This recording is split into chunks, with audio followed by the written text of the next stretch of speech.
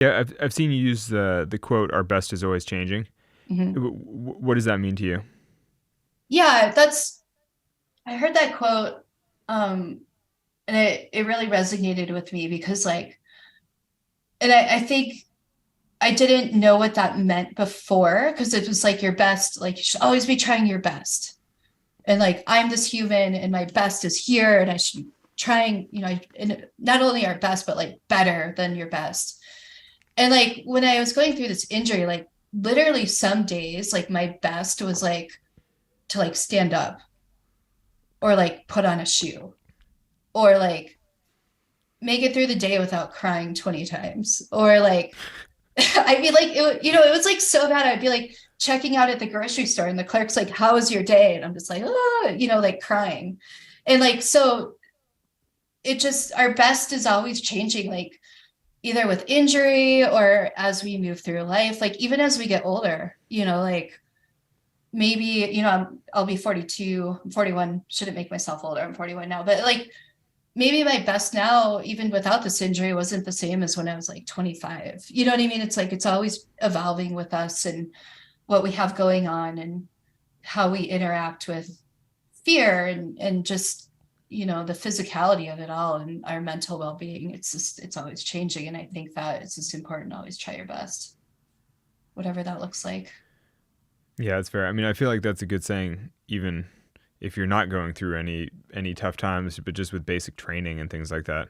It's like not every day is your best day. You just always have to show up the best that you can and do what you can and try. I mean, and it Totally. definitely applies for aging. Where you're like, is my best today going to be the same as my best was 10 or 15 years ago? You're like, hopefully, but maybe not. It's like, and it certainly won't continue to be for too much longer. It's like yeah, I feel the same way. It's like my best will probably start declining in the near future. Yeah, But totally. And that's just something that's like inevitable, right? It's just like you just got to try whatever, just try hard. And that sometimes that's not the same as it was, or doesn't look the same for everyone, or doesn't look the same every day. hmm you mentioned seeing Tommy at the clinic while you were going through rehab and PT. Were there any other folks, and I don't even know if you talked to Tommy a lot about this, but anybody who you could sort of use as a role model or inspiration, or somebody to talk through the whole process with? Like, did you know anyone else who's gone through this, or was there anyone for you to get guidance from as you went through the year long recovery? Yeah, like right away there were a few people that reached out to me that had frostbite.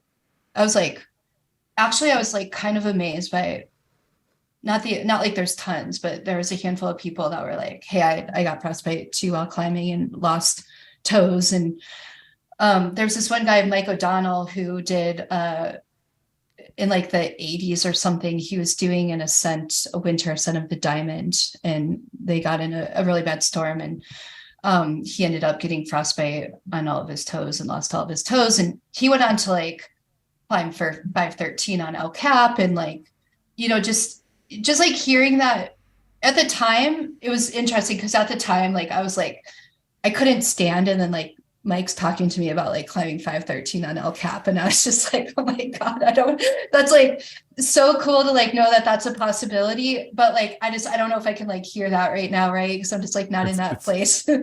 Yeah, it's so far beyond that it's not even inspiring. You're sort of in Yeah. the same way that I look at like Adam Anders climbing, and you're like, that's not even inspiring because it feels like a totally different category. You're like, Yeah, come on. totally, totally. Yeah, Yeah.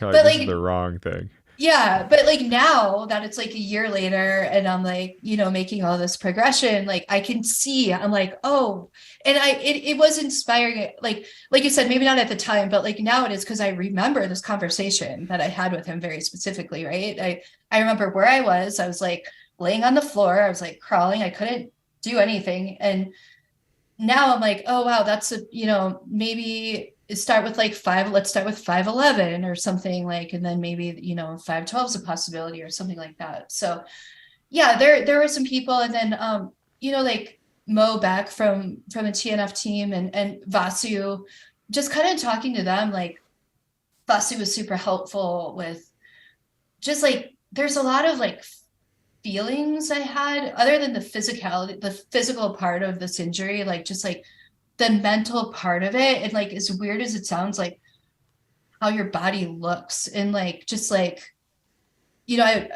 I would go to like, I don't know, like I like to go to the sauna and stuff like that, and I'd be like, oh God, like everyone's like looking at my feet, and in the reality, no one's looking at my feet. Yeah, But yeah, in my totally. mind, I was like, everyone's just like staring at my feet, and like just like getting yourself out of that headspace, and just having that Good. connection with of like talking about it with someone who like gets it is important.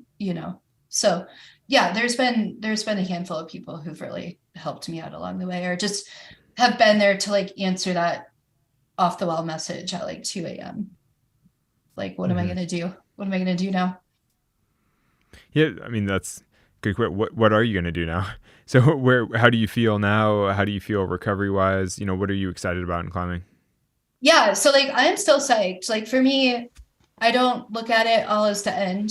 I look at it like as, almost in a way, it's like a new beginning. And yeah, I have some plans for the summer, and then for the fall. Like in the fall, I would love to go back to Nepal and see what it feels like to climb at high altitude again, and but like give myself the space of, if it doesn't work, it doesn't work, right? Like there's a point of this where like I can't push it because I've already pushed it, and like look what happened, and so I can't like keep Though, pushing it though, if it did doesn't work. did you even feel like you were pushing it?